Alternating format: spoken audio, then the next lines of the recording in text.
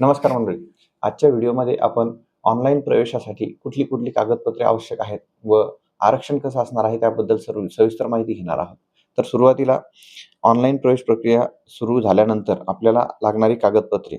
तर सुरुवातीला 10वीची शाळा सोडण्याचा दाखला, गुणपत्रिका, आधार कार्ड, जातीचा दाखला, पालकाचे उत्पन्नाचे प्रमाणपत्र, आदिवासी प्रमाणपत्र, नॉन क्रिमिलियर प्रमाणपत्र, स्वप्रमाणपत्र, दिव्यांग प्रमाणपत्र तसेच पालकांची बदली असल्यास संबंधित आदेश आवश्यक आहे. हे सर्व जे कागदपत्रे आहेत, ही कागदपत्रे आपण ऑनलाईन प्रवेश प्रक्रिया सुरू होण्यापूर्वीच आपल्याजवळ तयार ठेवायची आहे. जेणेकरून ऑनलाईन प्रवेश प्रक्रिया सुरू झाल्यानंतर आपल्याला कुठल्याही प्रकारची अडचण येणार नाही व ऑनलाईन प्रक्रिया आपण व्यवस्थितपणे पार पाडू शकतो. कारण आपल्याला ही सर्व कागदपत्रे आपल्याला मंडळाच्या वेबसाईटवरती अपलोड करावे लागतात. तसेच त्याचबरोबर आरक्षण कसं असणार आहे, तर आरक्षणाबद्दल आपण पाहणार आहोत.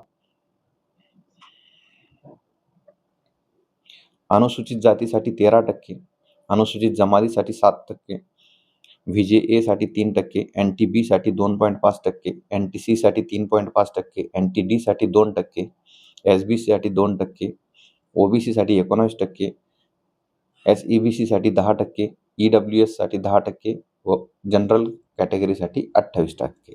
म्हणजेच काय, तर एखाद्या शाळेमध्ये जर 100 जागा असतील त्यापैकी 28 जागा ह्या ओपनसाठी असतील, 10 जागा ह्या EWS साठी असतील, 10 जागा ह्या SEBC साठी असतील, 19 जागा ह्या OBC साठी असतील, 2 जागा ह्या SBC साठी असतील, 2 जागा NTD साठी असतील. त्याच्यानंतर 3.5 जागा ह्या NTC साठी असतील, 2.5 जागा NTB साठी, 3 जागा ह्या VJA साठी, 7 जागा ST साठी आणि 13 जागा ह्या SC साठी असतील. अशा पद्धतीनं हे आरक्षण असणार आहे.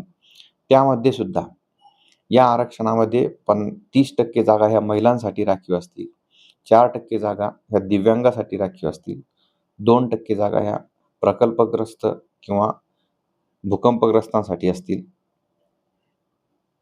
व बाकीच्या उरलेल्या ह्या प्युअर म्हणजेच त्यामध्ये मुलंही सुद्धा ॲडमिशन घेऊ शकतात किंवा मुली सुद्धा ॲडमिशन घेऊ शकतात.